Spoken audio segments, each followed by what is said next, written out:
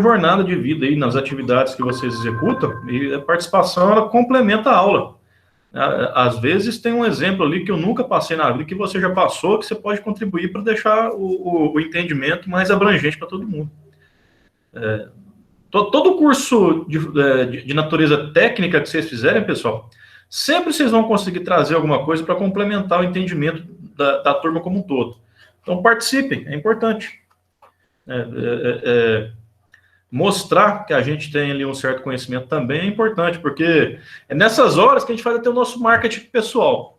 Às vezes você tem uma certa experiência, mas você está precisando se recolocar no mercado, ou você está querendo trocar de atividade.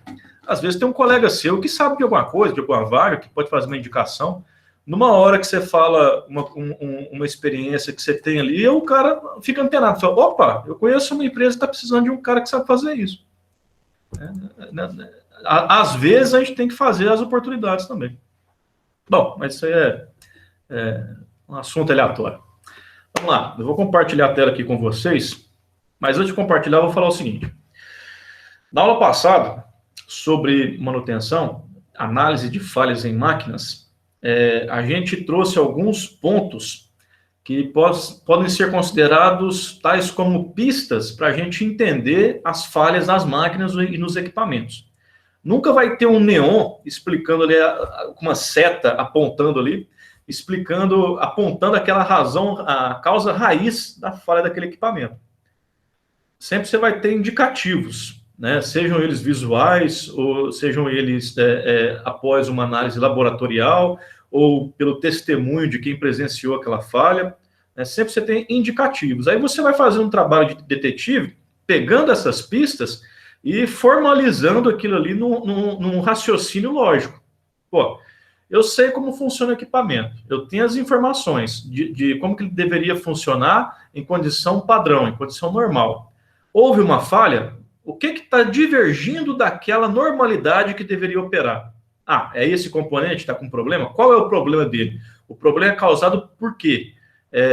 Falta de manutenção? É uma operação irregular? É um projeto que não estava de acordo? Foi especificado material errado para aquela atividade? Né? Por exemplo, foi especificado um metal que não pode ser operado em calor. Aí, de repente, aquela máquina começou a trabalhar exposta a calor. Né? Aquele metal mudou as propriedades dele e já não aguenta mais a função a qual ele era designado.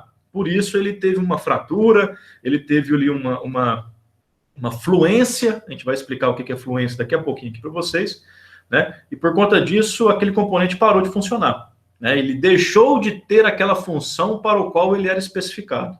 Né? Não é essa, mais ou menos, ali a definição de uma falha? Então, com esses exemplos, com esses itens que você vai pescando e que você consegue esquematizar em raciocínios, você vai produzir um diagnóstico daquela falha. Ok? Então, assim, de novo, nunca está bem explícito. Você tem que buscar informações, entender o que está acontecendo, entender a parte de ciência de materiais ali para interpretar o que você está enxergando de acordo com as propriedades daquele material, para deduzir a causa raiz. E é necessário encontrar a causa raiz, pessoal, porque uma vez que você encontra uma causa que você acredita ser a raiz, mas ela é simplesmente consequência de outra coisa, aquela falha vai continuar acontecendo. Ok? É necessário, a gente tá sempre se perguntando, o que é a raiz disso? Por que aconteceu isso? Por isso. Por quê? Por isso. Por quê? Por isso. Né? A hora que não tiver mais condição de responder os porquês, provavelmente você está perto de encontrar a causa raiz. Bom? Hoje mesmo aconteceu. O motor lá começou com um barulho diferente, aí como já sou acostumado sem ficar perto, aí eu já pedi para parar. No momento de partida dele também, ele foi bem devagarinho, sabe? Ele não é assim. Aí eu pedi para parar, Aí depois eu desacoplei ele lá do redutor, aí liguei, aí eu vi que não era nada com o redutor, aí eu chamei o mecânico, ele desmontou, aí era o rolamento. Aí, ó. Entendeu? Se tivesse deixado, o que tinha acontecido ali? Quebrar, já tava bem agarrado, sabe? Não tava nem girando com a mão. Pois é, provavelmente o rolamento já tinha até falhado, né? Ele estava ali no excesso da vida útil dele ali. Isso. Tá vendo? Isso aí é a experiência do profissional que está utilizando aquele equipamento ali, tá certo? Houve um indicativo de falha, né? Houve um modo de falha. Aquele som que você começou a escutar, ele era consequência daquele rolamento que estava com problema já, né? Aí, William, você tem que analisar o que causou o problema do rolamento. Ele está chegando no final da vida útil dele, então normalmente ele já teria ali condições de quebrar. Beleza, então a gente pode deduzir que está no final da vida útil dele. Sim, Mas aquele foi isso rolamento mesmo. é novo. O rolamento é novo e deu problema. Pô, então tem uma causa externa que está trazendo prejuízo para aquele rolamento. O rolamento foi só o grito de socorro, vamos dizer assim. Né? Haveria uma causa externa que você teria que investigar para que o novo rolamento que você colocou não se danificasse antes do término da vida útil dele. Aí, né, aproveitou que já tinha tirado, já tinha levado para arrumar, entendeu? Que não tinha a peça lá, aí levou aí em Campo Belo, eles trocou. Aí aproveitou, trocou dos dois, porque senão depois trocou um. Aí outro dia tá lá num aperto na produção, acontece o mesmo imprevisto de novo. Os dois, como foi montado junto, aí não vai demorar também a parar, né? Já aproveita que está parado ali, né, e já resolve o problema dos dois, para evitar um transtorno posterior. Vocês estão certos. O rolamento lá que estragou era novo ou já era mais antigo? Essa correia lá ela deve ter uns 7 anos, mais ou menos. Então, entendeu? Trabalhando Trabalha bastante, muito, assim, é a que gira na tecida da ensacadeira lá, entendeu? Então ela trabalha muito. Então, presta atenção. Anota a falha, o registro dessa máquina, consta lá essa falha, para que no futuro vocês possam ter uma base de dados. Papai, esse rolamento aqui costuma estragar de tanto em tantos anos, né? Para que você consiga fazer o histórico de manutenção daquela máquina ali, tá bom? Inclusive, com isso, né, é fundamento para vocês fazerem as preventivas, as preditivas, tudo que for necessário daqui para frente. Beleza. Beleza, pessoal. Então, feita essa introdução, esse lembrete, na última aula eu falei sobre os rolamentos, né? O que pode aparecer de errado nos rolamentos. Deixa eu compartilhar minha tela aqui com vocês, que a gente já começa uma apresentação aqui no PowerPoint. Na última aula eu falei com vocês sobre essa questão da montagem dos rolamentos, né? O que pode ser encontrado de falha nesses elementos que, porventura, possam desgastar esses rolamentos, né? Foi a última coisa que a gente falou. Hoje, eu vou trazer alguns termos aqui para vocês, que é fadiga e fluência, tá bom? E, posteriormente, a gente vai continuar aqui falando sobre análise de falhas, fazendo ali um passo a passo, para conseguir fazer uma análise de falha, assim, com a metodologia adequada, tá bom? Deixa eu colocar isso aqui em tela cheia. É o seguinte, eu não gosto de escrever muito em slides, não, porque fica um negócio meio maçante, mas isso aqui já é um resumo de um texto muito grande, tá? Eu vou colocar no final dessa aula, eu vou colocar 3 arquivos no portal para vocês lá, sobre fadiga. Por que dessa importância de estudar um pouquinho de fadiga? Pelo menos entender do que se trata e o que pode acontecer. Porque aqui mesmo vai falar que cerca de 90% de todas as falhas metálicas são causadas por fadiga, segundo esse cara aqui, né? Se a fadiga ela é tão presente nas falhas dos equipamentos, é necessário a gente ter um certo conhecimento para a gente poder, primeiro, diagnosticar se ela acontecer e, segundo, evitar que ela aconteça, né? Então, assim, apesar de não gostar de um texto muito grande em slide, isso aqui já é um resumo e está bem interessante para a gente compreender o que é. Tá? Eu vou ler parágrafo por parágrafo aqui e fazer alguns comentários. Mais para frente tem algumas imagens, aí fica mais suave o entendimento. Mas vamos aqui. Fadiga. É um tipo de falha que ocorre em materiais sujeitos a tensões oscilantes. Opa, isso aqui é importante.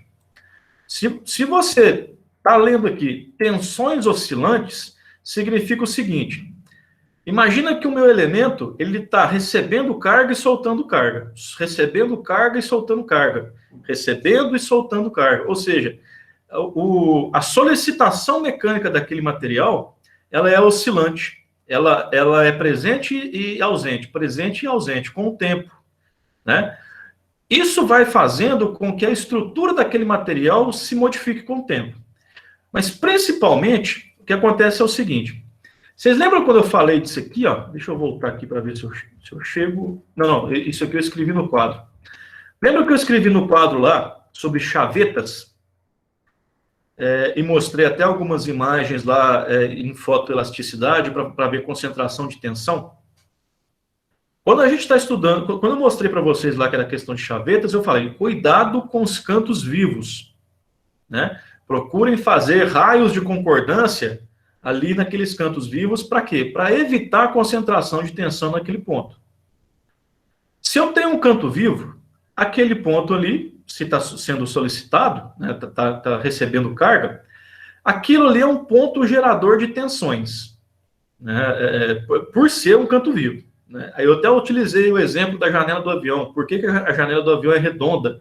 Justamente para não ter concentração de tensão. Por quê?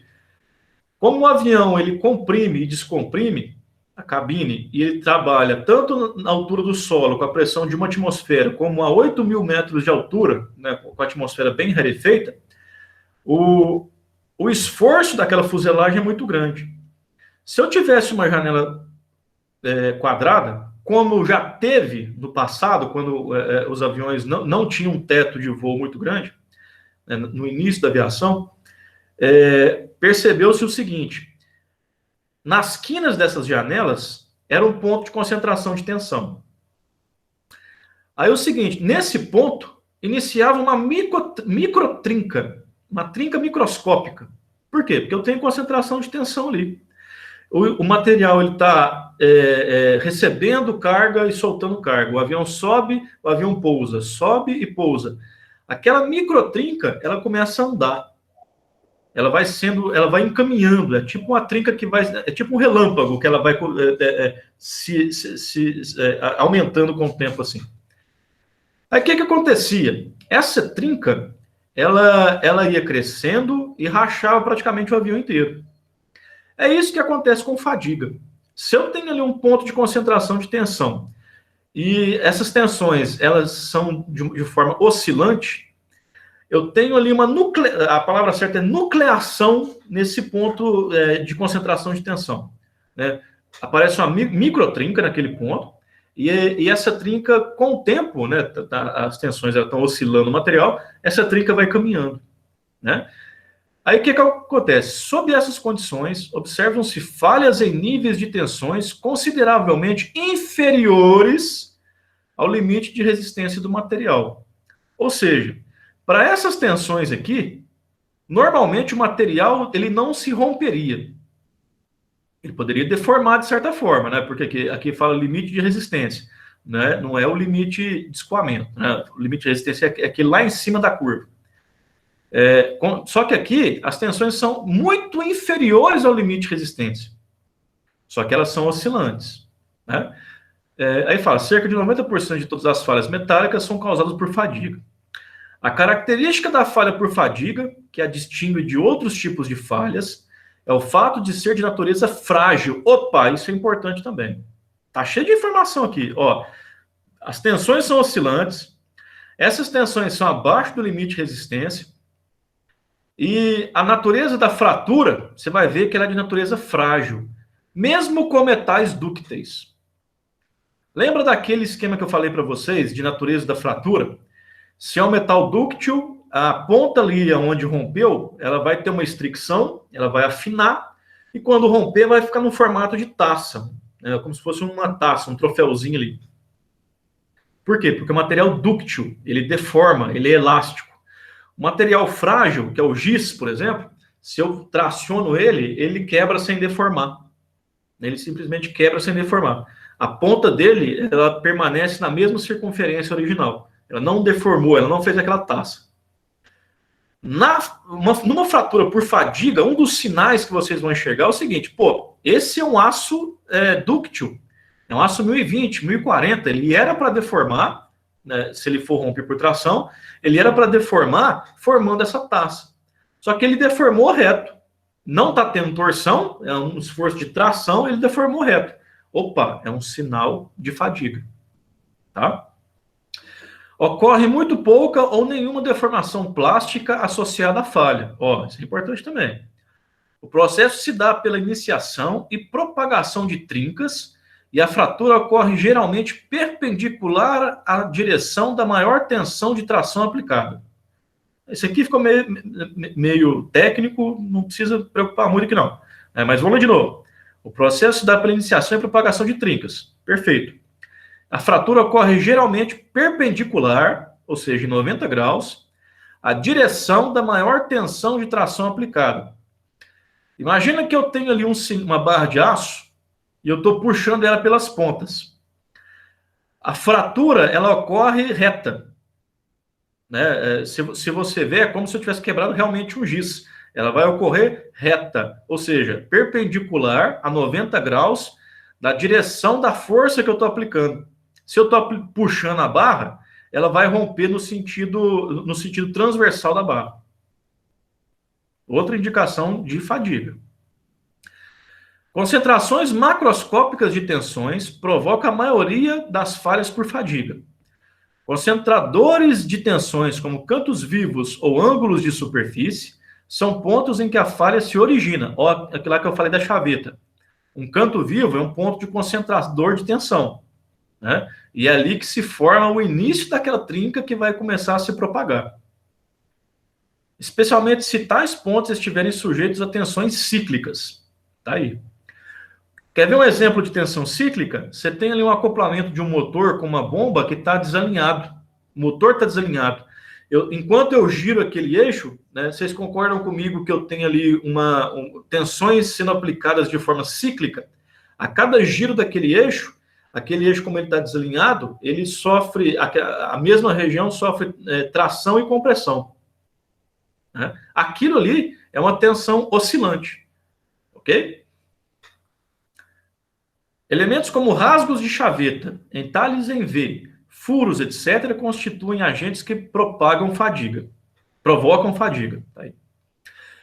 Quando o corpo de prova de metal dúctil homogêneo é submetido a tensões cíclicas, né, ou seja, um corpo de prova de aço macio, é submetido a tensões cíclicas, ocorrem as seguintes alterações estruturais básicas durante o processo de fadiga. Ó, inicialmente, naquele ponto concentrador de tensão, vai começar um negócio que chama nucleação. Né? É o início da trinca. Né? É um ponto microscópico onde acontece uma falha no material que vai começar a gerar uma trinca. Como aquilo ali está cíclico, né, o esforço aplicado naquela peça ele é cíclico, ele vai propagar aquela trinca. O próximo sinal, né, isso aqui é uma imagem microscópica, de microscopia, de uma fratura por fadiga.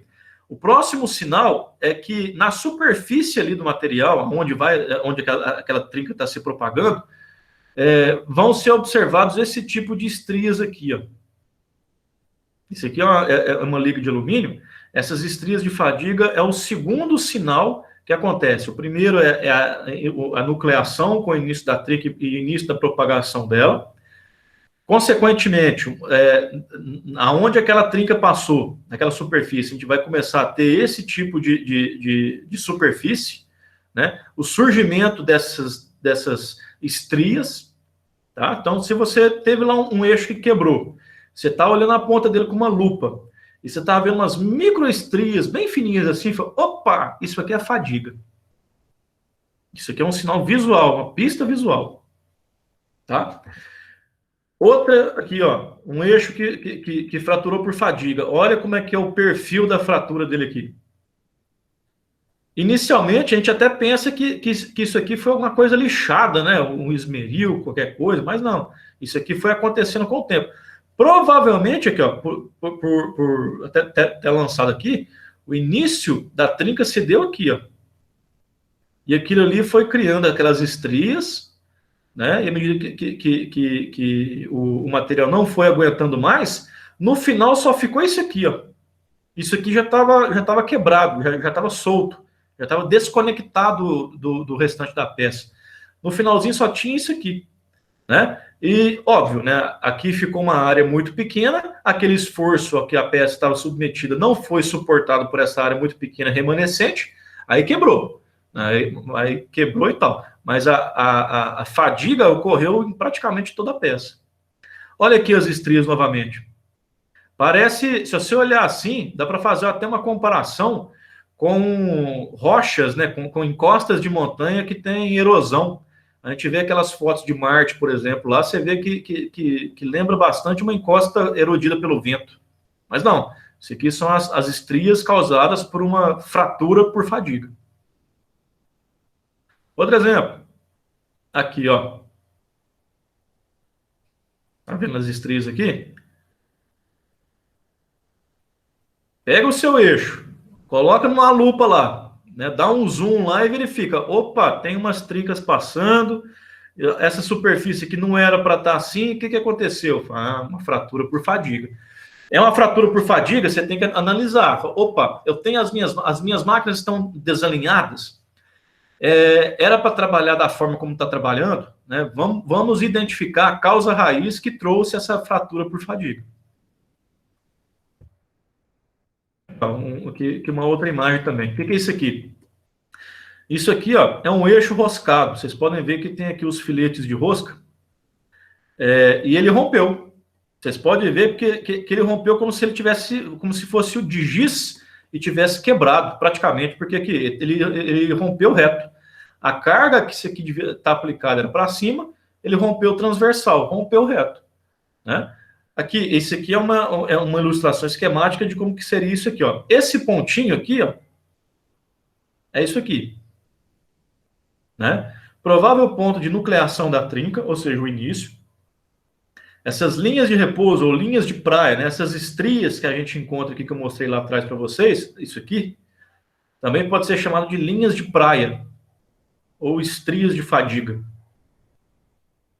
Aí eu tenho. Até que chega um ponto em que o material remanescente ele já não suporta mais os esforços que o eixo aos quais o eixo está sendo aplicado. Aí ele vai e simplesmente rompe, que é a zona de ruptura. Perfeito? Isso é fadiga, pessoal.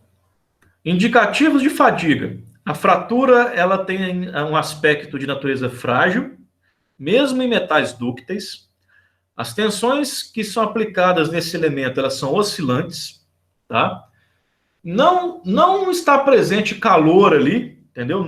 Não precisa ter um ambiente com alta temperatura para acontecer isso, tá? Acontece em temperatura ambiente, nas condições normais de trabalho daquele elemento. E os sinais visuais, a fadiga ela é causada inicialmente em algum ponto concentrador de tensão, tá?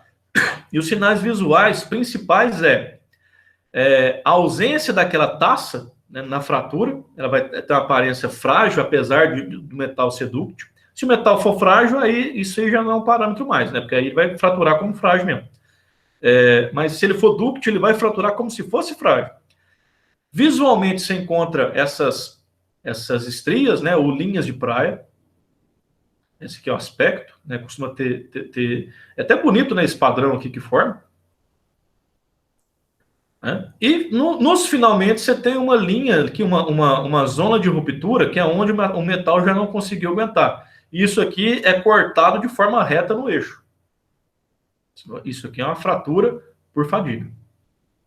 Beleza, vocês encontraram essas pistas, esses sinais, é um indicativo de fadiga. Beleza, fadiga eu vou lembrar, né, carga oscilante, tudo isso que a gente falou, para mim identificar a minha causa raiz. Tá? A fadiga, ela não é a causa raiz. Ela é, vamos dizer, a consequência de alguma coisa que está acontecendo. Aí você tem que interpretar aqui. Bom? Olha, fluência já é um negócio mais raro de acontecer. Mas como eu sei que tem muita gente que confunde fluência com fadiga, eu trouxe só esse slide para fazer essa diferenciação, tá? Aqui, ó, fluência. O termo fluência define o fenômeno de deformação plástica lenta e progressiva das ligas metálicas. que ocorre sobre carga constante. Opa, olha a grande diferença aí. Lá na fadiga, as minhas cargas são oscilantes. Isso ficou bem claro lá.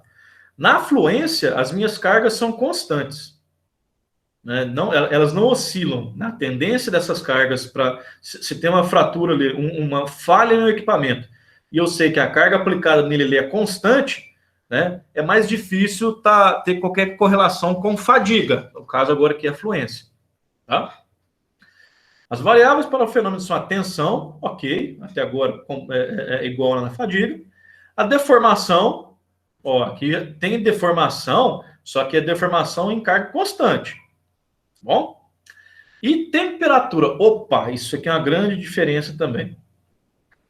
Fluência costuma ter em cargas num eixo lá, numa peça que está sobre carga constante e submetida a altas temperaturas. Quando aquele material, aquele metal, não é adequado para trabalhar em temperaturas altas. Tá? Eu tenho aços específicos para trabalhar em temperaturas elevadíssimas. Se eu pegar um aço que não está preparado para aquilo, que não tem elementos de liga para trabalhar naquela temperatura, né, ele está trabalhando sobre uma carga constante, eventualmente ele pode falhar por fluência. Ele vai romper, ele vai quebrar. Em geral, se torna significativo nas ligas de alumínio em temperaturas acima de 150 graus, para você ver, tem que estar a temperatura quente. E nos aços acima de 350. Bom, então, assim, se você tem carga constante e temperatura alta aplicada no seu elemento, cuidado com essas questões de fluência. O seu material tem que ser adequado para trabalhar sobre essas condições.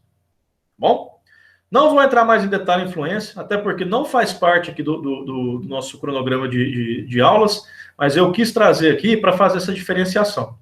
Né, tá? Porque já vi muito inspetor de materiais confundir isso aqui, né? E não é bacana, né? A gente é técnico, tem que saber diferenciar as coisas. Tá. Vou mostrar uma coisinha aqui muito simples para vocês verem o que é fadiga. Vocês vão achar muito interessante. Todo mundo vendo minha tela no YouTube aí? Pois é. Né? Eu não sei se vocês já trabalharam em obra, ou na roça, ou fazendo qualquer coisa assim. Meu pai era pedreiro, eu sempre ajudava ele. E uma forma de cortar arame sem ferramenta. Né? Olha só que bacana isso aqui. Garanto que vocês já fizeram isso na vida. Tá no meio do mato. Aí, tá, agora é o improviso. Chegou no meio do mato ali, tá? Não tem. Se torar um arame, não tem lima, não tem nada. Como é que você vai fazer? Você vai pegar aqui. Desde aí, vai torar ele bem aqui se você torar. Aí você vai pegar uma mão aqui e outra aqui. E vai fazer com ele, quebra ele aqui, ó. Força, aí forçou. Uma, duas, sabe quando você esquenta nele, ó. Que ele é aço, ó. Aí três. Quebrou. Muito Gostou, galera? Quer com nós? Pode fazer. Eu achei isso aqui, eu achei interessante. Falei, vou mostrar. Esse arame que o rapaz fez aqui, ele quebrou por fadiga. Né? Nessas 3 laçadas que ele deu aqui, vocês viram, cargas oscilantes, né? Ele tracionou, comprimiu, e o material, que é um arame recozido, um arame mais fino, já foi suficiente para quebrar ele, sem fazer força. Entendeu? Então, assim, exemplo clássico de fadiga. Isso aqui é fadiga. Cargas oscilantes, né? Tração e compressão no material ali, gerou ali uma alteração no material e aquilo ali rompeu. É uma fadiga. Bom? Exemplo assim, bem banal, mas que ilustra bastante o significado. Beleza, pessoal. Alguma pergunta por enquanto? Fadiga ficou bem compreendido? Alguém quer fazer algum comentário? Beleza, então. Segue o barco. Rafael? Não, eu falei, acho que deu para entender também. Então tá bom.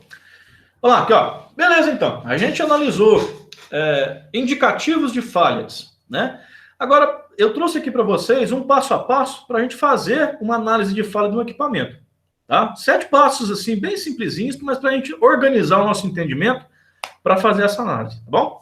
Ó, primeira coisa é compreender a falha. Aconteceu a falha, né? Você tem que analisar aquilo ali e saber identificar o que aconteceu, né? Pegar todos os dados, aí você vai lá, coleta os dados, realiza entrevista com os envolvidos com a máquina ou com a falha, né? Quem que são os envolvidos da falha ou da máquina? É os operadores, é os mecânicos, é quem presenciou aquela falha acontecendo, é o projetista daquela máquina, se você tiver acesso a ele, né? Você vai fazer entrevistas com todo mundo que está envolvido ali para pegar informação. Falou, mecânico, a máquina quebrou de uma hora para outra, ela começou a dar um sinal, ela fez barulho, ela aqueceu, ela começou a perder produtividade. O que estava acontecendo? Você vai pegar essas informações, tudo que aconteceu ali, né? Realizar testes, análise de óleo, telemetria, ensaios não destrutivos, histórico de sintomas da máquina, análise de fadiga, trinca, fratura, analisar essas fraturas, mudança de coloração, né? Às vezes tem um eixo lá que ele tá mudando de cor. Fala, opa, por que está mudando de cor? Pô, ele está recebendo um calor, temperatura que não era para estar recebendo. Fala, então tá alterando o material aqui. Barulhos que a máquina faz. Você vai pegar tudo isso, né? Documentar e analisar. Opa, beleza. Entendi o que aconteceu. Tá bom? Com isso, a gente passa para o passo 2. Identifique claramente e objetivamente as prováveis causas. Bom, eu peguei todos os parâmetros da falha, né? Eu sei como aquela máquina funciona. Eu tenho ali na cabeça o modo padrão de funcionamento daquela máquina. E já peguei todos os dados de falha daquela máquina, o que aconteceu. Bom, próximo passo é juntar tudo isso e fazer um esforço para identificar as prováveis causas. Ó, pode ser isso, pode ser isso, pode ser isso, aquilo outro. Nesse momento, independe de qual a importância entre essas causas, qual é a mais provável. Nesse momento, você está fazendo um brainstorm ali, lançando as prováveis causas. Óbvio que você não vai falar nada absurdo, né, que não tem nada a ver, né, mas você vai trazer ali as prováveis causas. Bom, relaciona as prováveis causas que podem ser raiz para os sintomas e características observadas anteriormente. Faça quantos porquês forem necessários para chegar nas causas raízes. Ó, o rolamento lá do motor do William quebrou. Por quê? Porque ele estava já no final da vida útil. Por quê? Porque o fabricante falou que tantas horas de uso e já estava faltando. Falei, beleza, já identifiquei minha causa raiz, porque eu já não tenho mais por quê. Porque senão eu vou começar a perguntar ao fabricante, por que ele dura só tantas horas? Né? Ele falhou. Por que ele falhou? Porque faltou lubrificação. Por quê? Porque acabou o lubrificante. Por quê? Porque não estava constando no procedimento lá que haveria a necessidade de lubrificar de tanto tempo. Opa! Então, a causa raiz é falha no processo. Né? Não havia no processo da especificação que tem que lubrificar de tanto tempo. Vamos corrigir lá e fazer uma ordem de serviço para o mecânico de manutenção fazer a preventiva naquilo lá. Tá? Essa é o segundo passo. Terceiro passo. Avalie a probabilidade de cada causa raiz. Uma vez identificadas as causas raiz do problema, se faz necessário ver se ela é provável de ocorrer. O que acontece? Se eu tenho ali 4 causas raízes, eu tenho que identificar as mais prováveis de acontecer, né? Porque às vezes tem ali uma causa que eu identifiquei que pode explicar a falha, mas ela é muito improvável, né? Aí eu até escrevi aqui esse princípio da navalha de Ockham. Não sei se vocês já ouviram falar disso. Esse princípio é quase filosófico. Ele fala o seguinte, que se diversas coisas explicam outra coisa, né? Se diversas causas raízes explicam uma falha, provavelmente a causa raiz verdadeira é a mais simples. Entendeu? Correlaciona diretamente com esse quarto item, direcionar foco para a causa mais provável. Eu identifiquei a causa mais provável, então eu vou direcionar o foco para aquilo ali. Né? Porque se eu tiver 2 ou 3 causas que podem estar concorrendo ali, nessa causa mais provável, eu consigo ter mais resultado com uma pequena intervenção. né? Eu não sei se vocês também já ouviram falar dessa lei de Pareto, que ela fala o seguinte: numa organização, num processo, 80% dos resultados é consequência de 20% das intervenções. Ou seja, 80% das falhas é resultado de 20% das causas raiz. Né? Então, se você identifica a causa mais provável e ataca ela, provavelmente você já está tendo um ganho mais forte ali no seu resultado, melhorando o seu processo. Tá? Porque não adianta também eu investir muito para ter um ganho lá na frente muito pequenininho. Né? Então, é melhor eu investir na causa raiz que o meu ganho vai ser maior. Tá bom? Próximo passo. Elabore um plano de ação para ações corretivas. Bom, eu analisei a máquina, analisei a falha, identifiquei as causas raízes, identifiquei a mais provável e vou atacar em cima dela. Tá? Como é que eu vou atacar? Bom, eu vou fazer um plano de ação. Né? O que eu vou ter que fazer? Tanto para consertar a máquina, para elaborar um plano, né? Tanto para consertar a máquina, quanto para elaborar um plano para que a falha não ocorra novamente. Aí vocês podem aplicar, provavelmente vocês já viram isso aqui na matéria de gestão da qualidade. Né? Essas ferramentas da qualidade são muito importantes.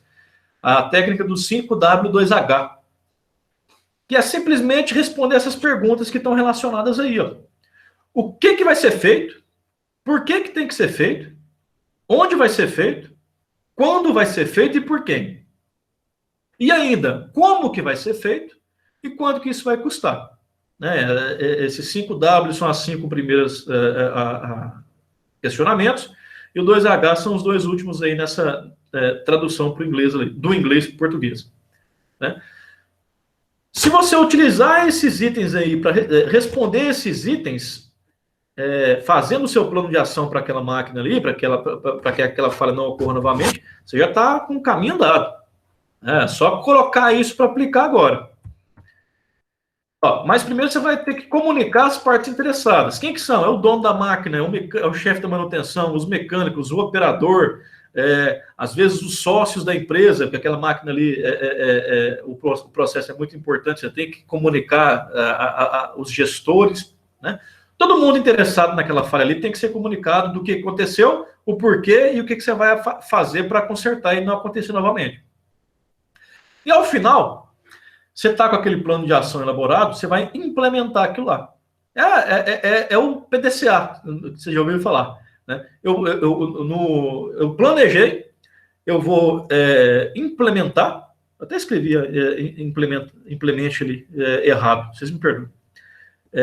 O do é fazer, né? Eu vou implementar aquilo lá. O C é de checar e verificar, eu planejo e eu aplico. Depois que eu apliquei, eu vou checar os resultados. Opa, tá funcionando bem, bacana. Opa, tá com uns probleminhas aqui. O que a gente faz agora? Opa, eu vou ajustar. Ou agir em cima daquele problema novamente. Né? Aí, beleza, eu ajustei, ótimo. Aí eu vou voltar novamente. Eu vi que é necessário ajustar, planejei esse ajuste, implementei e chequei. Deu ok? Beleza. Né? Agora eu vou só manter. Deu problema? Volto e faço de novo. Bom? Com isso, dá para fazer ali, a gente esquematiza o que seria essa análise de falha em máquinas e equipamentos. Eu tenho conhecimento das falhas, dos sintomas, histórico da máquina, eu vou aplicar isso com o funcionamento da máquina padrão, que eu sei como deveria funcionar, eu tenho que conhecer aquela máquina, e a partir disso eu vou identificar as causas, eu vou focar nas principais, eu vou criar meu plano de ação, comunicar todo mundo o que a gente vai fazer, para todo mundo fazer de forma consciente e fazer juntos, né? E aí eu vou implementar e vou fazer as correções necessárias com o tempo que precisa fazer, para que aquela falha não ocorra novamente. Tá bom? Pergunta. Algum comentário, pessoal? Uma dúvida que não ficou bem entendido nesse passo a passo aí? É só, sim, não é um passo a passo perfeito, né? É só uma dica do que vocês podem fazer para sistematizar essa análise. Para não ficar um negócio assim, acho que vou fazer aquilo aqui agora, acho que vou fazer isso. Toma isso aqui como básico, né? E vocês podem melhorar isso com o tempo, de acordo com a sua realidade, o que vocês precisarem para fazer. Mas isso aqui é tipo um esqueleto para vocês ir desenvolvendo. Tá bom? Vou tomar uma água aqui. Certo. Beleza. Deixa eu ver as horas. Tem bastante tempo aí. Próximo tópico que eu trouxe para vocês são alguns exemplos de análise de falha. Exemplos assim, inclusive alguns pelos quais eu passei para explicar o que a gente pode fazer, né? O que eu fiz no caso ali, vocês podem fazer comentários e vamos lá. Esse aqui, assim, pessoal, não vou trazer um exemplo assim, uma máquina do tempo do DeLorean, aconteceu um problema assim, não, vamos trazer um negócio mais simples, tá? Bem didático mesmo para a gente entender. Opa, aconteceu uma falha, vamos identificar essa falha ali e o que pode ser feito. Eu comentei com vocês há um tempo atrás que eu tenho um cortador de grama desse aqui que ele deu problema e que eu fui e consertei ele. Não sei se vocês estão lembrados. Beleza, eu vou trazer esse exemplo aqui para mostrar, para fazer uma análise rapidinha aqui com vocês do que aconteceu, o que pode identificar, como eu identifiquei o problema. Tá. A princípio, eu não sabia o que tinha aqui dentro, eu nunca tinha aberto um cortador de grama. Né? Então, eu não tinha conhecimento da máquina, né? Eu só sabia operar. Aí, eu estava operando ele, né? No final de semana, eu estava cortando a grama aqui de casa, só que no manual, ele fala o seguinte, ó... isso aqui é um motorzinho elétrico que tem aqui, não é gasolina não, tem uma tomada aqui. Ele é feito para fazer a aparação de grama baixa, em jardins de até 100 metros quadrados, 10 por 10, né, que isso aqui é doméstico, não é nada parrudo não. E no manual fala o seguinte, depois que eu li lá, né, opere por 15 minutos e descanse por 10, não opere continuamente. Trabalhe com ele 15 minutos e descanse pelo menos 10 ali para ele dar uma arrefecida, uma esfriada. Bom? Tá. Só que eu ignorei isso e fui trabalhando direto meia hora com ele. E a grama não estava baixinha, a grama estava bastante alta. Tinha uns capim, já, umas toceiras lá e tal. Eu queria resolver depressa, já para ficar bacana lá. E taquei o pau nele. De repente eu senti um cheiro mais ou menos de queimado, né? Ele parou de funcionar.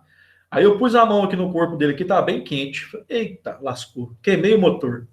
Queimei o motorzinho dele e tal. Aí tá, isso foi no domingo. Aí durante a semana eu falei, vou abrir ele. Aí eu fui, desmontei tudo. E esse aqui é o motorzinho que tem aqui dentro. Aqui, ó. Tá bom. Eu sou o próprio operador. Então, eu estou me informando como que aconteceu. Né? Então, eu já entendo que foi uma sobrecarga na operação. Eu utilizei o equipamento em condições acima do especificado. Tá, beleza. O que pode ter acontecido? Esse motor é o seguinte, pessoal. Eu tenho aqui as espiras de um lado, eu tenho espira de outro ali também. Ó, pessoal da elétrica ali, se eu falar alguma bobagem, vocês me perdoam e me corrigem, por favor. Eu já antecipo para vocês que elétrica eu entendo muito pouco. Se eu falar uma bobagem aqui, um nome errado, vocês me corrigem. Aí eu tenho aqui a carcaça desse motor, né, a estrutura dele. Aqui eu tenho as espiras aqui. Do lado oposto lá, eu tenho outra espira também. Aí, esse gatilho aqui, tem um conectorzinho, um interruptor aqui, que leva um cabo para esses pontos aqui, ó. Especificamente para esse. E tem um conector desse do lado oposto também. Aí, aqui entra, passa pelas espiras, sai por aqui. Aí aqui eu tenho um cabo bem fininho, que ele vai encostar numa escova desse motor. O que é essa escova? É um tabletinho de grafite, né, que fica encostado nesses conectores aqui, ó. Aí eu tenho um rolamento na ponta, eu tenho um rolamento aqui embaixo também. Aí eu tenho essa escova, o carvão do motor, o pessoal fala, né? Que tem que fazer contato com essa peça aqui de cobra. Aí eu tenho isso aqui desse lado e do lado oposto eu tenho um carvão que encosta aqui. Tá. Eu peguei o multímetro, né? E fui fazendo ali, vou fazer umas análises aqui, né? Para ver o que está acontecendo. Aí eu fui fazendo o teste de continuidade, eu verifiquei, eu conectei aqui e conectei nesse ponto aqui. Bom, então, deu continuidade, então as espiras não romperam, as espiras estão bacanas. Fiz dos dois lados, ok. Aí eu fiz o seguinte, ó, eu peguei a saída daqui com a ponta do carvão. Deu continuidade. Bom, beleza, tá dando continuidade. Só que aí eu peguei esse ponto aqui, né, que está conectado no carvão, e conectei aqui nessa peça de cobre aqui que fica girando com o motor. Aí não deu continuidade. Opa! Aí o que eu fui ver? Eu rodei isso aqui demais, isso aqui aqueceu, deu um atrito mais forte com as escovas, né, com esse carvão aqui, que perdeu o contato. Aí a mola que estava fazendo pressão nesse carvão para que é normal ele se desgastar. Aí tem uma molinha que vai empurrando ele para dentro aqui à medida que ele vai acabando, né? Essa mola estava travada de um lado ou dos dois lados, não sei. Só sei que ele não descia. Ele deu uma comida aqui na ponta dele e ele não descia. Consequentemente, ele perdeu o contato. Consequentemente, o motor parou de funcionar. Aí o que eu fiz? Eu tive que tirar esse carvão, eu tive que ajustar essa mola de novo, né? Aí, na hora que eu coloquei lá e fiz o teste, deu continuidade. Falei, opa, acredito que se for esse o único problema, vai funcionar. Ajustei, montei, taquei na força ali e falei, beleza, funcionou, tá resolvida a falha. Ok? Tive a falha, fui conhecer como que o equipamento funcionava, porque eu não tinha esse conhecimento prévio, e fui fazendo pequenos testes ali para encontrar as pistas para me indicar o que estava acontecendo, né? Nesse caso, a minha pista foi falta de continuidade, que me trouxe a conclusão que esses carvões aqui, essa escova, estava com problema. Pessoal da elétrica, falei os termos corretos? Falei algum absurdo aqui? Não, absurdo não falou, não. Tá de boa. Falou certinho. Beleza. Falou. Então, aí, ó, primeira falha, primeira análise, primeiro conserto. Tá manjando elétrica, hein? Um motorzinho desse aí, né? Elétrica, gostei. 130 pau um negócio desse, bicho, você tá doido? Hã? 130 conto um cortador de grama desse, se eu fosse mandar arrumar, era melhor comprar outro. Fala, não, eu mesmo vou. Aqui em casa tem aquelas maquininhas roçadeira de motorzinho a gasolina. Aquela lá é brava. Não, aquela aguenta bastante. Eu tô partindo pro lado da eletrônica, rapaz. Aqui, no meu serviço, eu tô fazendo RMA de equipamento. Então, por exemplo, as placas que vamos fazer, a gente o pessoal coloca no poste para poder chegar à internet. Eu tô fazendo tudo, tô fazendo RMA das tudo. Placa, roteador. Então, Olha só, orelha. Bacana, velho. Tá eu ainda vou lá para a sede ainda da empresa, na Tink, chama Tink. Vou lá para a sede da empresa ainda para poder aprender, entendeu? Direitinho, certinho, da maneira que eles fazem lá. Mas eu não falo assim, eu entrei lá para RMA, lá vai, não vou dizer que tá 100% não, mas lá vai, pô, devagarzinho, aos pouquinhos lá vai aprendendo. É isso aí, tem que pegar conhecimento novo, muito bom. Cá, um outro exemplo aqui. Esse exemplo também eu falei para vocês também, né? Eu comentei um tempo atrás, bem rapidamente, sobre um barulho que eu estava escutando no meu carro, né? Um Gol, que ele está, enquanto ele está desengrenado, né? Enquanto ele tá andando normal, eu estou escutando um bate-bate lá dentro, que eu achava que podia ser embreagem, porque uma vez que eu apertava a embreagem, parava de bater, parava de fazer barulho, né? Eu soltava a embreagem e voltava o barulho. Aí, como a embreagem já estava no final da vida útil dela, na quilometragem do fabricante, eu precisei trocar a embreagem, né? Até os engates ali já não estavam muito bacana, tal, falando, mas tá na hora de trocar mesmo. Aí troquei a embreagem, o barulho... Eu também deu esse mesmo problema aí. O seu é um Gol? Tive que trocar também por causa desse problema aí. Não, o meu é um Eu- Palio. É um Mesmo Palio, né? problema. Ô, Jean, chegou aqui, mano. O meu problema não foi a embreagem. Não está sendo a embreagem, porque até hoje eu não troquei a peça mesmo. O que acontece? No Gol, especificamente, isso aqui é a caixa de marcha do Gol. É a caixa de marcha real do Gol. Existe o seguinte. Quando você aperta a embreagem, né, você tem o desacoplamento aqui e você não consegue passar a transmissão. Certo? Só que é o seguinte, você vai ver que a caixa do Gol ela tem dois eixos principais. né? Tem essa que chama de árvore primária e árvore secundária. E lá dentro da caixa, você tem os acoplamentos das engrenagens ali, que dependendo do que você coloca na marcha ali, você vai ter a marcha diferente. Perfeito. Essa árvore primária, ela recebe o giro direto do motor. Aí ela entra aqui, por isso que chama primária. Aí ela entra aqui para dentro aqui, tem os engrenamentos, né? Aí eu tenho aqui na árvore secundária, ele recebe o giro da primária e transmite aqui para o diferencial e vai embora, né? Aí faz o carro andar. Vocês vão ver que na parte de trás existem dois rolamentos, né? Vocês conhecem a simbologia de rolamento? Né? Se não conhece, é essa aqui. Eu tenho um rolamento aqui e tenho um rolamento aqui. Ó. Essas bolinhas aqui significam esse rolamento aqui no eixo.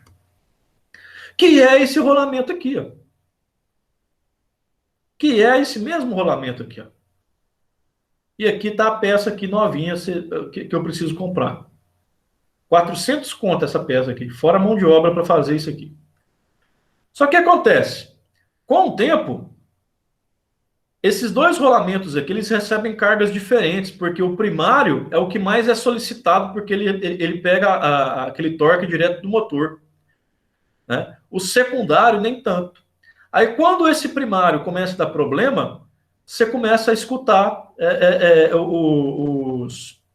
os problemas de barulho. Que aí, quando você aperta a embreagem, você tem um desacoplamento desses dois eixos, a carga é aliviada e para de escutar. Mas quando o acoplamento acontece novamente, os rolamentos são solicitados e acontece o barulho. Ou seja, o problema do meu rolamento, provavelmente, eu estou falando isso, eu não abri o carro, né? Eu estou deduzindo isso, estou deduzindo a falha pelo conhecimento que eu tenho do componente, tá? Das peças e tudo. E do histórico também, porque eventualmente você vira e mexe, você escuta alguém que tem um Gol falar desse problema. Então, provavelmente, a causa mais provável é que a falha esse barulho, né, esse modo de falha, essa dica, esse sintoma, é causado por uma falha desse rolamento aqui. Né? Só que o rolamento em si não é a causa raiz. A causa raiz é o excesso de torque que acontece com o tempo. Né? Só que não dá para modificar esse torque aqui. É normal acontecer a falha desse componente. Aí quando acontece, você vai e troca os dois rolamentos, porque eles vêm fixos numa plaquinha conjunta. R$430 mais ou menos essa plaquinha e mais uns 500 para fazer a mão de obra aqui. Beleza. Outra análise de falha. Eu não abri ainda para corrigir, mas estou deduzindo pelos conhecimentos, ali, pelos sintomas e pelo histórico da máquina, não da minha máquina, mas de outros carros que tem esse mesmo componente, que pode ser isso. Isso aqui é importante até para quando você for chegar no mecânico, ele não querer aquele mecânico com baixa idoneidade, né? Não querer te passar a perna e vender um monte de coisa que você sabe que não faz parte de nada ali. É importante a gente ter um pouquinho de conhecimento disso também. O meu era o contrário, Jonathan. Quando você pisava na embreagem, ele fazia o barulho. Aí eu cheguei lá e já falou que era o isolamento. Entendeu? Aí já tava meio gasto também. Eu pedi para fazer já de uma vez, que é igual, né? Falou. Já olhou, né? Melhor já troca isso de uma vez. Já abriu mesmo? E você trocou a embreagem e corrigiu? Corrigiu. Então, beleza. Então, era isso mesmo. Ter um pouquinho de conhecimento de mecânica de carro é importante, pessoal. Eu não tenho conhecimento profundo de mecânica de carro, mas é bom saber o mínimo para quando a gente leva no mecânico de manutenção, não pagar por absurdo, sabe? E até para avaliar o mecânico, né? Para ver se você pode voltar nele futuramente. Honestidade? Honestidade. Vamos lá, próximo. Seguinte. Esse aqui é um exemplo que eu trabalhei com ele. Tá? Então, eu lembrei disso, vou trazer para o pessoal que isso em si também é uma falha mecânica. Eu tenho um sistema hidráulico numa base de combustíveis que eu tinha diversas bombas, né, um pátio de bombas centrífugas, que succionavam diversos combustíveis dos tanques e recalcavam, né, e mandavam esse combustível para as plataformas de carregamento de caminhão, aqueles caminhões tanques que vocês viram na estrada, né? Eu tenho as plataformas que enchem esses caminhões para fazer a revenda para os postos, né? Só que aí o cara dessa base, ele me ligou e falou, Jonathan, eu estou com um problema lá, porque eu estou vendo que eu achava que a vazão de carregamento deveria ser maior, está muito baixa. Eu estou achando que eu estou com problemas no meu sistema hidráulico. Quer dar uma olhada? Falo, vamos lá. Primeira coisa, a empresa não tinha um histórico de manutenção disso aqui. Normal, né? Eu garanto que na própria empresa de vocês não existe histórico de manutenção de tudo, né? Então eu já não tinha os dados históricos. Eu não tinha projeto de instalação, que a empresa também não tinha os projetos de instalação dessas tubulações, dos sistemas hidráulicos. Então, primeira coisa, vamos fazer um as-built de tudo, né, para verificar o que tem, o que não tem. Vamos desenhar tudo para a gente poder trabalhar em cima disso, porque trabalhar sem material não tem condição. Então, a gente vai lá, faz o levantamento de campo, desenha tudo, né, especifica as bombas, os equipamentos, as tubulações, os diâmetros, os comprimentos. A gente pega os dados da bomba, né, na própria bomba tem a plaquinha lá com a marca, modelo, e aqui vai dar para ver também a vazão, rotação, a pressão de trabalho daquela bomba.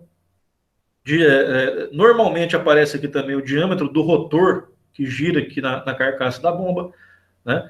Que o mesmo modelo de bomba pode ter diversas vazões dependendo do rotor que está rodando aqui, né? Se eu troco o rotor, eu modifico a vazão também.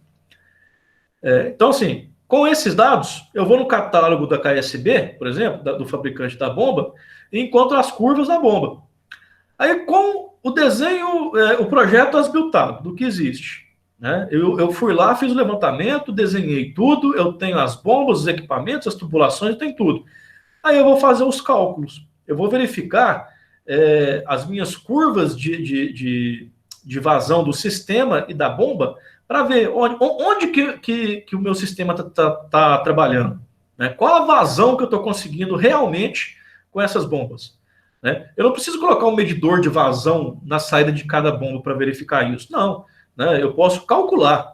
Hidráulica é cálculo, então eu vou calcular as minhas perdas de carga e as vazões de acordo com a minha instalação, com os diâmetros das tubulações, com as pressões, com os motores aqui acoplados, com os comprimentos.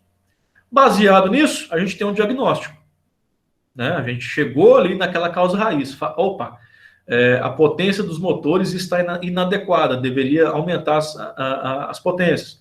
Não, trocando certos trechos de tubulação por diâmetros maiores, você tem uma perda de carga menor e você vai ter uma vazão maior depois. Beleza. Com tudo isso, a gente chega para o cara e fala, pode fazer isso, isso e isso. Aí ele fala, beleza, eu não tenho dinheiro para isso, nem para isso, nem para isso, mas para isso aqui eu tenho. Me atende, vai aumentar em tantos por cento o seu sistema, vai melhorar tanto. Beleza, pode fazer o projeto. Aí a gente vai e faz o projeto. Não preciso aplicar uma análise de falha só numa bomba, só no motor. Eu posso aplicar num processo, num sistema como um todo, né? Eu aplico essa análise de falha num sistema que está, em tese, falhando, né? Falhado. Ele não está com a sua efetividade máxima operacional. Então, eu consigo melhorar aplicando as melhorias para tirar essa falha. Esse é mais um exemplo. Isso daqui é um exemplo que eu queria fazer junto com vocês.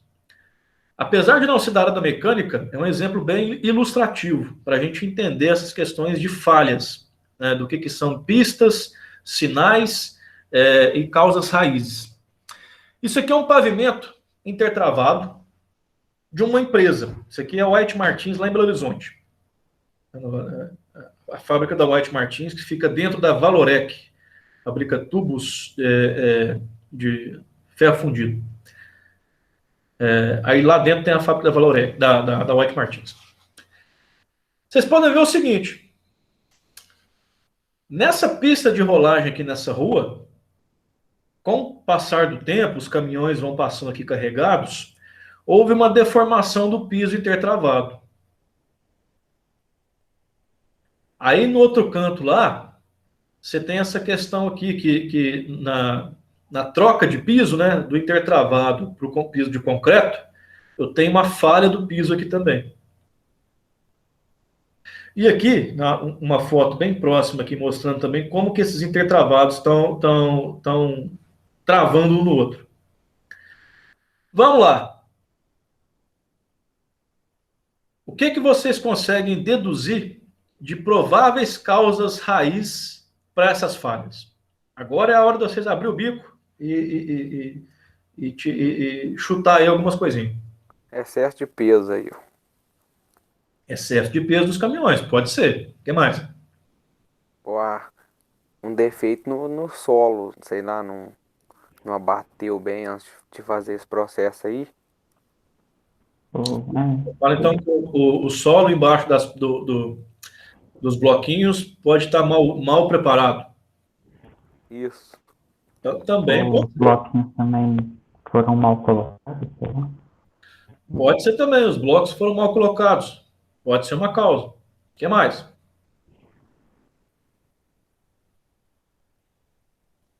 Tudo que vocês falaram faz muito sentido. E, de fato, é o que a gente tem que observar nesse caso. Né? Vocês não têm conhecimento de engenharia civil, né? Vocês nunca viram essa instalação, e pelos sintomas, pelo que vocês estão enxergando visualmente, vocês conseguiram chutar algumas causas raízes. Né? Ô, Jonathan, Pode falar. tô vendo nessa terceira imagem aí também, na imagem da direita, que houve falhas, né, na inserção do piso, não seria bem o piso, sei lá, desse ladrilho. No caso, ó, tem uma falha lá na frente que fez deslocar esses aqui de trás. Exato, também é uma causa. Mas isso daí, essa falha, ela é uma consequência. Né? Pelo que você está falando, essa movimentação foi uma consequência de outra falha, né? Uma consequência de outra causa raiz lá. Uma coisa da falha lá na ponta. Resultado. Um erro no projeto aí, ó. Foi mal projetado. Também, isso mesmo. O que acontece? Nesse caso específico, sem ter o conhecimento técnico para aferir o que pode ter acontecido aqui, tudo que vocês falaram faz sentido. Eu posso ter sobrecarga dos caminhões, né, porque esse pavimento é projetado para um tipo de veículo. Vamos dizer que nem acontece muito. Os pavimentos de 20 anos atrás eram projetados para um caminhão normal. Hoje em dia a gente tem bitrem aí que é enorme, né, de até 30 metros. É óbvio que as cargas desses bitrens são muito maiores do que era antigamente. Então, se o piso foi feito lá atrás, provavelmente vai dar problema. Mas tem que saber também por causa que aí ela tem mais eixo, né? Tem que fazer o cálculo para ver, né? Pois é. Como ela tem mais eixo, a carga fica dividida, né? Pois é, antigamente era carreta de 19 metros com 5 eixos. Hoje tem bitrem com 9. Isso. É igual aqui em Campo Belo, chegando aqui na 354 aqui no trevo de Campo Belo. Ou seja lá em Perdões, em Cana Verde também. O asfalto é igual essa primeira imagem. Tudo batido. Tem formiga também. Formiga. De Campo Belo para Formiga é uma vergonha, né? Porque desse jeito. Tem tipo o trilho que você tem que andar, porque senão você até sai da estrada. Palavras.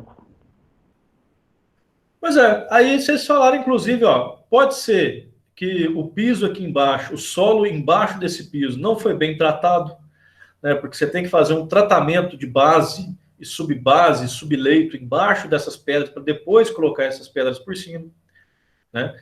Às vezes tem que fazer uma correção da dureza do solo aplicando cimento no solo, mistura e aquilo lá vira solo-cimento. É porque quando chove muda, né? Chove e vai batendo. Chove até ficar com os níveis de dureza, de permeabilidade adequados para a carga que você vai colocar aqui em cima.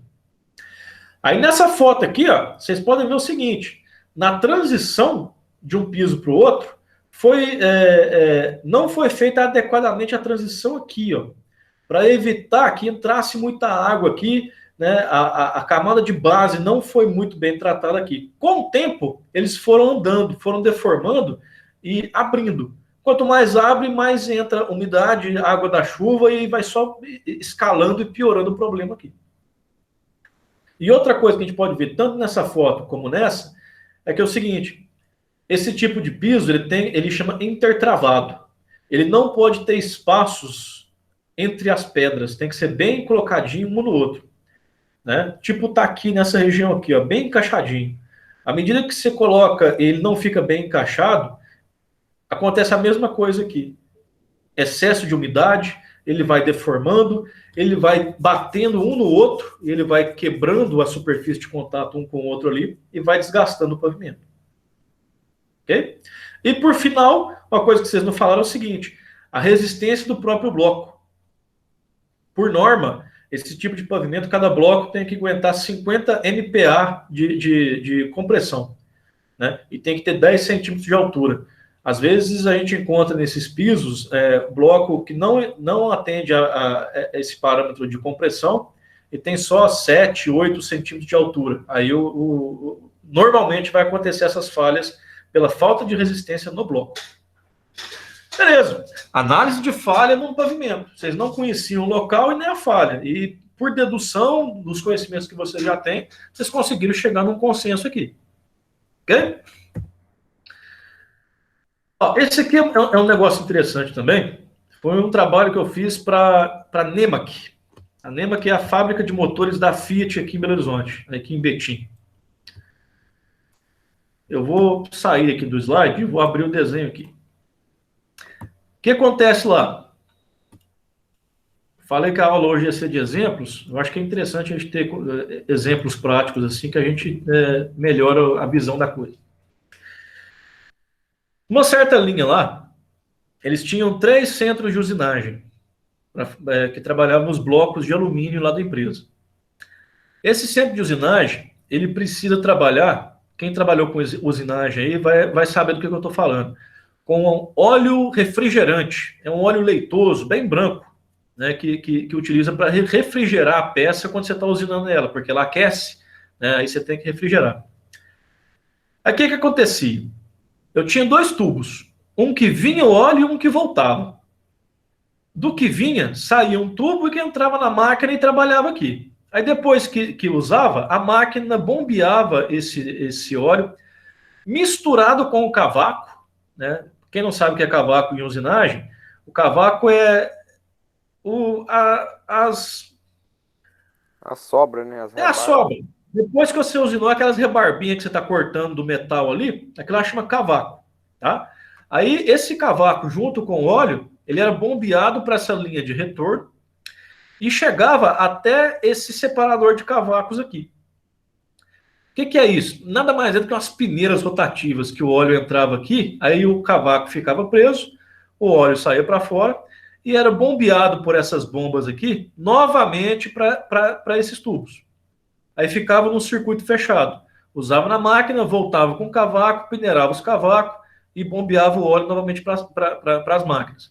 Aí esses cavacos caíam numa esteira aqui embaixo e era descartado. Tá?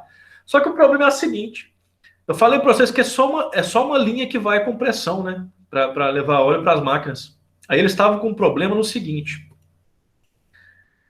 Se é só uma linha, a primeira máquina que pegava o óleo chegava ali com os parâmetros de temperatura e pressão adequados para trabalhar. Aí, se eu estou operando a primeira e a segunda ainda para trabalhar, aí a segunda já não tem tanta pressão assim para trabalhar. E acontecia isso com a terceira, porque se entrava as 3, a terceira não trabalhava mais, porque não tinha pressão nem vazão suficiente para trabalhar. Opa, isso é uma falha no processo. Não é na bomba em si, num único equipamento, mas é num processo. Aí depois que aquele óleo voltava com o cavaco, ele caía para cá, né? Tinha essas bombas aqui que fazia o bombeio novamente para o sistema. Aí ele passava, assim que essa bomba bombeava, ela pegava do separador aquele líquido já limpo, bombeava para o sistema, só que antes de chegar no sistema, ele passava por um trocador de calor. Para quê? Porque a máquina precisa de uma temperatura adequada para trabalhar. Esse trocador de calor, ele estava assim, logo depois das bombas. Ou seja, ele era assim, a perda de carga, a perda de pressão na minha tubulação, quando saía desse trocador, é muito grande. Porque a bomba entregava pressão alta, as bombas eram muito fortes. Só que passava pelo trocador de calor, aí perdia pressão no produto, né, no líquido. Aí saía do trocador de calor, só aquele negócio chorado, por isso que chegava lá na frente e não dava para atender a pressão de todas as máquinas. O que eu fiz para os caras? Ó, vamos fazer o seguinte. Primeira coisa, você vai aumentar as sucções das bombas para diminuir as perdas de carga. As bombas, elas não vão passar mais pelo trocador de calor, elas vão bombear diretamente para o sistema. A gente vai colocar aqui, vai fazer um bypass, saindo do trocador de calor e vai conectar aqui na saída, que vai direto no processo. Tá, beleza. Mas aí, como é que eu vou resfriar o líquido? Eu entrei no processo com pressão alta, porque agora não tem aquela perda de carga.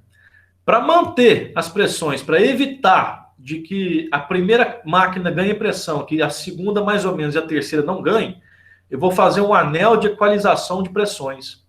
Ou seja, eu tinha uma linha de pressão, eu vou fazer outra, em forma de anel, porque aí eu vou pegar as máquinas, vão pescar esse óleo das duas pernas desse anel e as quedas de pressão vão ser equalizadas.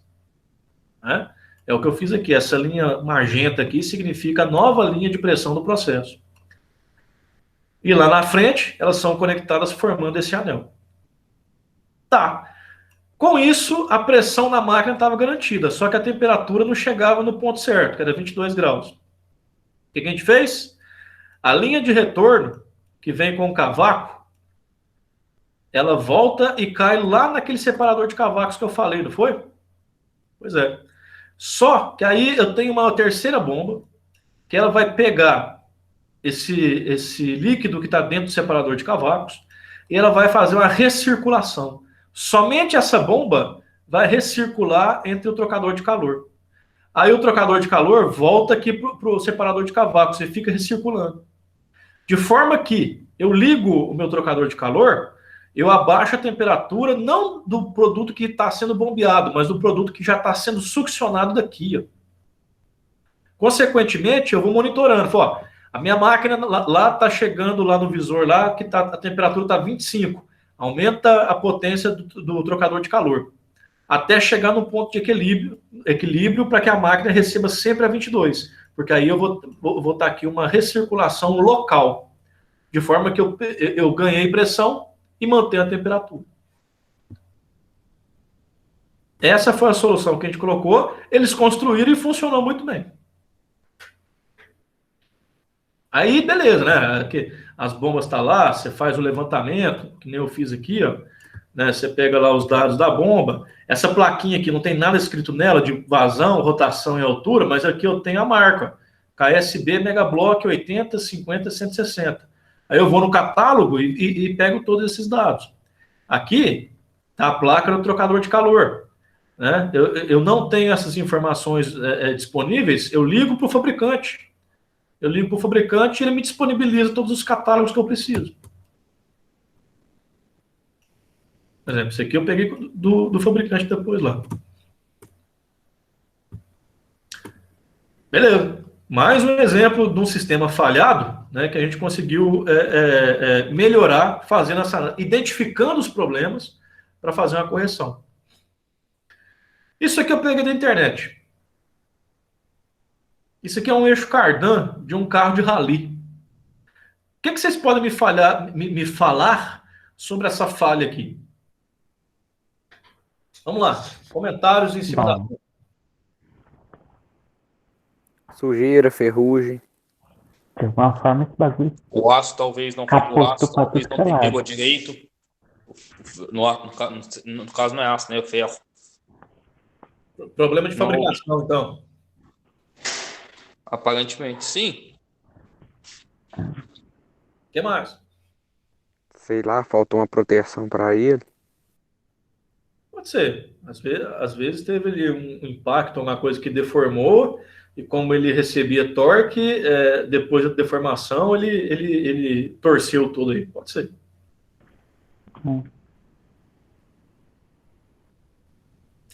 E, pessoal, isso aqui, ó, vocês podem ver o seguinte, isso aqui é uma falha dúctil, não é?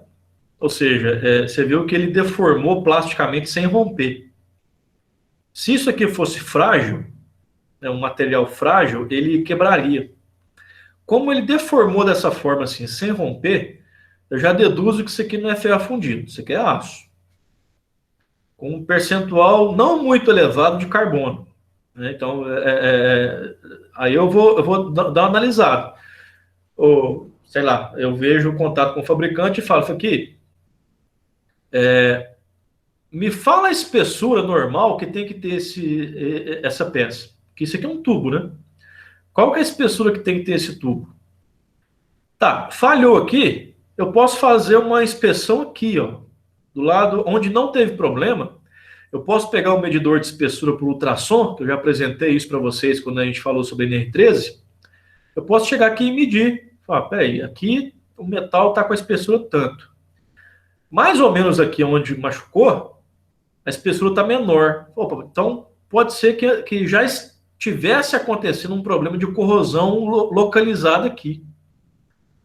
Aí, como eu estava lá no rally e houve lá um engrenamento muito forte lá, que eu acelerei demais, como aqui já estava fragilizado, eventualmente isso aqui deformou e aí foi para o saco. Né?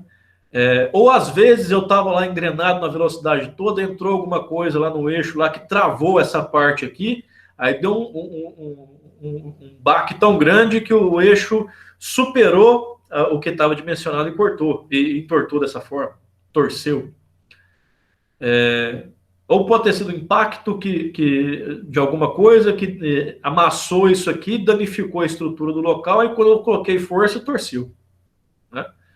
Tudo isso daqui, pessoal, a gente está falando só observando. Né?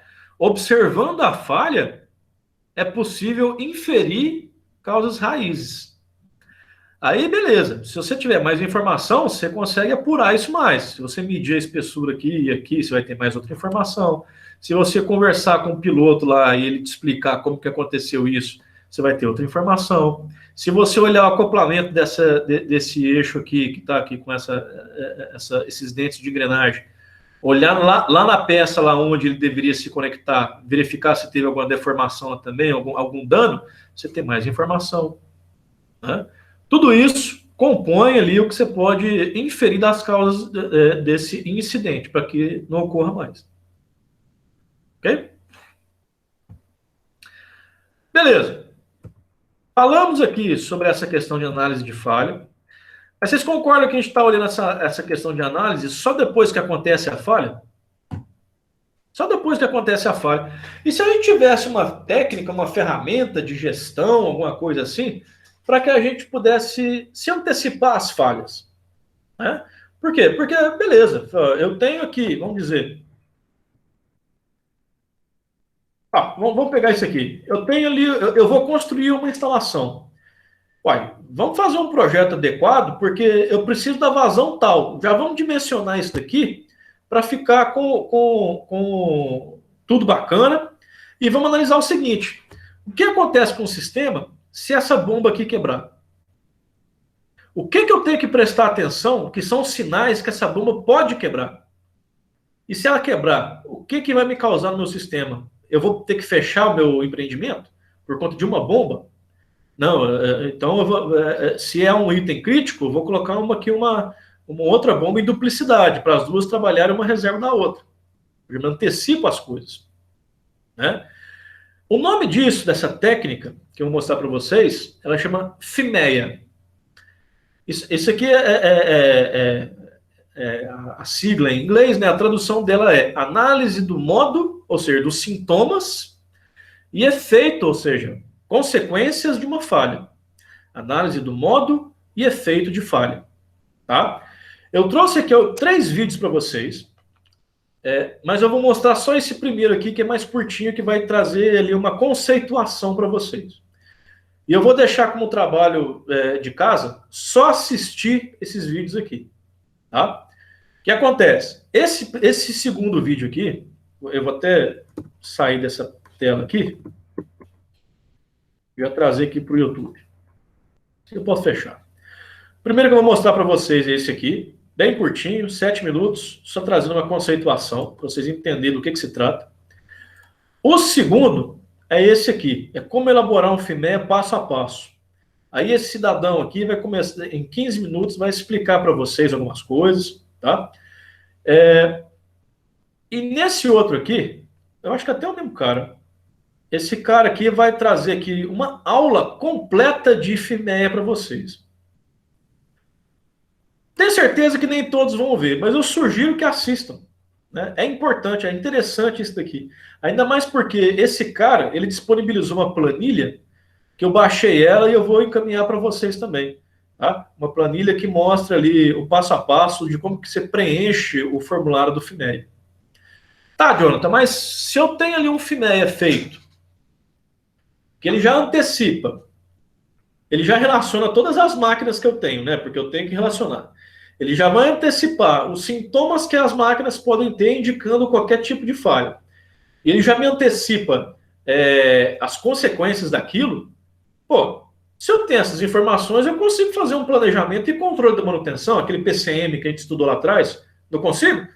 Consegue. Exatamente. Né? Com isso, vocês conseguem, com essas informações básicas, vocês conseguem fazer um cronograma para o ano inteiro, né, de intervenções de manutenção na sua empresa, no processo, na máquina, no equipamento. Né? Por quê? Porque você já antecipou aquelas coisas. Ah, Jonathan, eu não conheço bem o meu processo. O meu FIMEA vai ficar legal? Não muito. Porque se você não conhece o seu processo, as máquinas, o que elas fazem, como que elas trabalham, é difícil você antecipar o que pode dar errado e as consequências de dar errado. Né? Mas, por isso que é necessário no FIMEA você ter um conhecimento prévio do seu sistema. Né? Não é chegar no começo ali e já implantar. Você tem que saber como as coisas funcionam para trazer aquilo para cá. Opa, FIMEA daquela bomba. Ah, eu tenho ali um rolamento que ele pode dar problema. Beleza, qual que é o modo de falha dele? Não, ele vai dar vibração, ele vai me dar aumento de temperatura e vai me dar barulho. Beleza, são os sintomas, os modos de falha.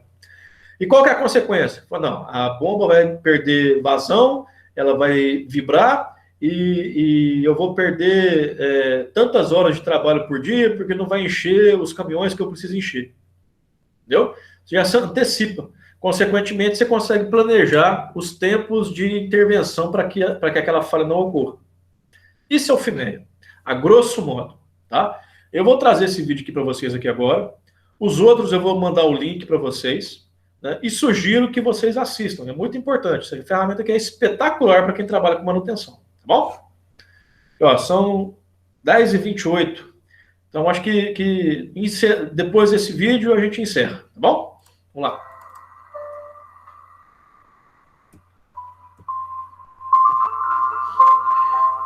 Você já ouviu falar que é melhor prevenir do que remediar? Se planejarmos uma viagem, desenharmos o percurso, onde poderemos abastecer, locais para hospedagem, custo aproximado e ainda levar junto uma reserva, entre tantas outras observações que podemos colocar em nosso planejamento para então fazermos esta viagem. A probabilidade de ocorrer algum problema é reduzida e caso ocorra algo e esse algo estava no planejamento, então temos mais tranquilidade para resolver e o estresse na viagem ficará reduzido ou eliminado. O exército americano, em 1949, desenvolveu uma metodologia para fazer análise antecipada e planejar possíveis ações para minimizar ou eliminar os impactos. Essa metodologia passou a ser utilizada pelo mercado automobilístico e aéreo e é responsável por muitas melhorias em produtos e redução de custos com falhas. Esse método chama-se FMEA, Failure Mode and Effect Analysis, ou, em português, análise do modo e efeito da falha. Esse é o canal Qualidade Contínua e hoje vamos conversar sobre o FMEA, a análise do modo e efeito da falha. Começamos esse vídeo falando que é melhor prevenir do que remediar. Pois bem, um determinado produto de uma empresa qualquer passa por modificações, melhorias ao longo da existência desse produto, não é mesmo? Porém, quanto mais cedo essas modificações forem executadas, mais baratas elas serão. Se o time de desenvolvimento trabalhar para fazer a maior quantidade de modificações no início do desenvolvimento do projeto, mais barato será para essa empresa.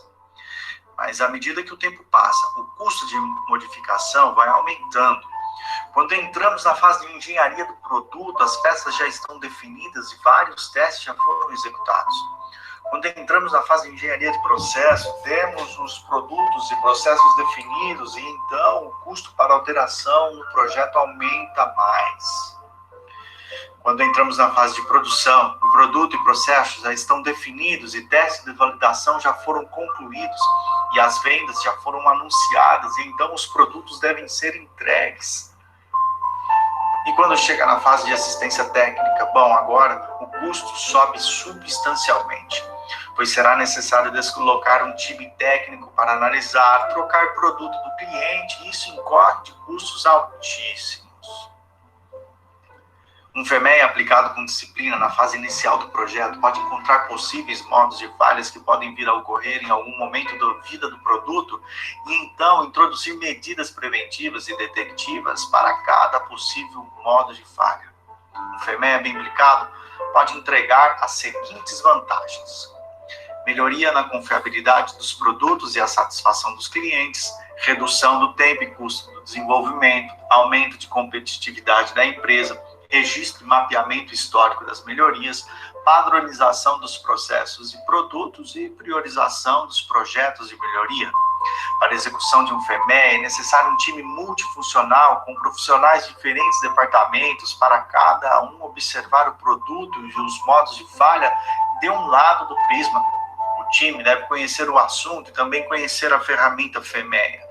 O time multifuncional deve ser coordenado por um moderador e esse deve ter domínio pleno sobre a metodologia do FMEA. O ideal é que o moderador seja uma pessoa isenta, ou seja, que não faça parte do time de desenvolvimento desse projeto em questão. O FMEA ele pode ser aplicado para os seguintes processos ou das seguintes formas: FMEA de projeto, FMEA de processo, FMEA de sistema, FMEA de retrabalho, FMEA de procedimentos médicos, FMEA de logística, FMEA de manutenção, FMEA de máquina. Vamos ver a conceituação do FMEA. Existem vários formatos para o FMEA, mas o conteúdo é o mesmo. Também existem no mercado softwares que auxiliam a elaboração do FMEA. Vamos mostrar uma formatação tradicional. Veja que o FMEA pode ser compreendido numa tabela de Excel.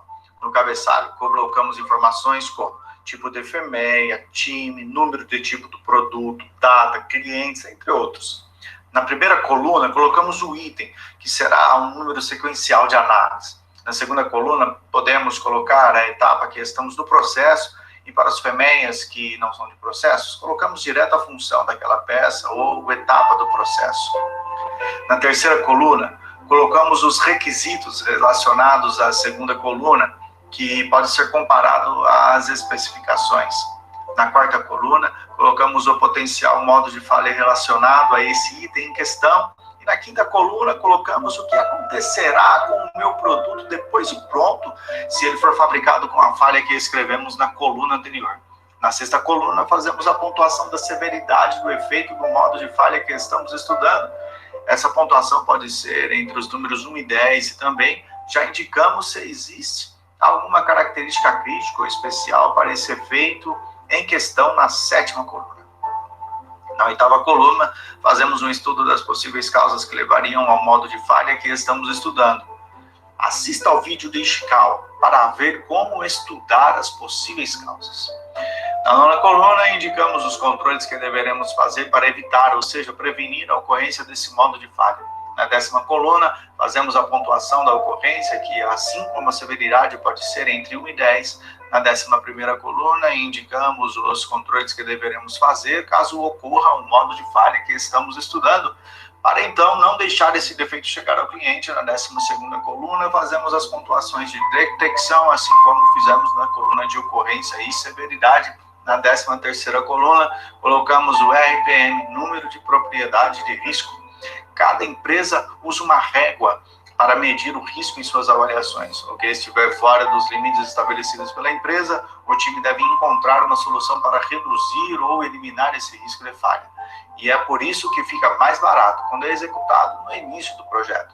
Para efetuar as pontuações de severidade, ocorrência e detecção, o Manual de FEMEA, quarta edição, fornece uma tabela que indica como fazer essas pontuações. O time deve ter essa tabela em mãos e o moderador deve dominar essa tabela. As empresas que usam essa ferramenta, como ela deve ser usada, reduzem os custos de desenvolvimento de projeto, custos de não qualidade, custos de assistência técnica, além de elevar o nível de conhecimento técnico do time multifuncional. Espero que você tenha gostado deste vídeo. Deixe aqui seu comentário. A empresa que você trabalha usa o FEMEA como ferramenta ou preenche somente para mostrar numa auditoria? Deixe seu like, inscreva-se no canal e compartilhe. Pois bem, pessoal. Esse aqui foi o material de FEMEA que eu ia trazer para vocês. O restante que está nesse que está relacionado aqui, eu vou lançar lá no portal, junto com a planilha, tá? Sugiro que vocês leiam, assistam, pelo menos uma vez para conhecer, né, porque esse vídeo foi muito introdutório, né, os outros 2 vídeos vão te explicar como fazer, e principalmente o último, que é de 1 hora de vídeo mais ou menos, ele vai preencher passo a passo e esclarecer muitas dúvidas que você tem, tá? Eu penso assim, uma técnica, ela precisa ser adaptável à realidade de quem está aplicando ela. Eu tenho um colega que ele é radicalmente contra. Ele fala que a técnica ela tem que ser utilizada do jeito que ela é definida, porque ela é uma técnica, né? A gente discorda disso, mas na minha opinião, você tem que pegar ela e adaptar para a sua realidade, porque tem muitas coisas que é uma técnica generalista, você tem que pegar ali o que você precisa dela, tá? Aí vai do entendimento de cada um de vocês. Se você é purista e gosta de utilizar a técnica pura, tá lá, né? Esses vídeos vão te explicar. Se você é mais maleável ali e quer adaptar ela para o que você precisa de fato, né, ser mais econômico nesse aspecto, você vai lá e pensa as coisas que você precisa para utilizar. O importante é você aplicar para que você tenha ali um resultado interessante lá na frente. Bom, pessoal, estou no limite aqui, encerrar a aula por hoje, encerramos o nosso módulo também. Esses materiais eu vou colocar no portal hoje ainda, tá? E no portal eu vou pedir ali uma atividade valendo 5 pontinhos, né? Porque aí já forma 30 pontos distribuídos na disciplina. Eu vou escrever lá, mas em resumo, a atividade é a seguinte: faça uma análise de falha de qualquer coisa que você identificou que deu um problema e que você conseguiu consertar. Ou que você consertou, ou que seu pai, sua esposa, seu primo, seu chefe, seu subordinado consertou, teve algum problema. Ah, Jonathan, qualquer coisa. Meu violão arrebentou uma corda. Por que arrebentou uma corda? Arrebentar uma corda é uma falha? Por que arrebentou? Ah, porque ela estava muito tensionada, porque ela estava já antiga, então já tinha sinais de corrosão ali pelo o óleo do meu suor tocando na corda. Ah, a cravelha estava com problema, estava bamba. São modos de falha e efeitos de falha, tá? De novo, sobre qualquer coisa. E eu quero isso esquematizado, né? Bem escrito, se possível com algumas ilustrações, alguma coisa assim, tá bom? Muito simples, não precisa ser nada muito elaborado, não. É explicar o que aconteceu de falha, identificar as causas, os efeitos e explicar ali de acordo com o que a gente estudou e foi apresentado aqui na sala, tá bom? Vou escrever lá. Bom, então, um abraço a todo mundo. Até amanhã. Boa noite. Falou. Boa noite. Vou fazer desse exemplo que eu falei, não tem problema não, né? Que é do violão? Ah, do motor lá? Pode fazer. Eu vou lembrar de outro também. Manutenção lá. Eu lembro de mais algum. Falou então, boa noite. Pode fazer, sem problema.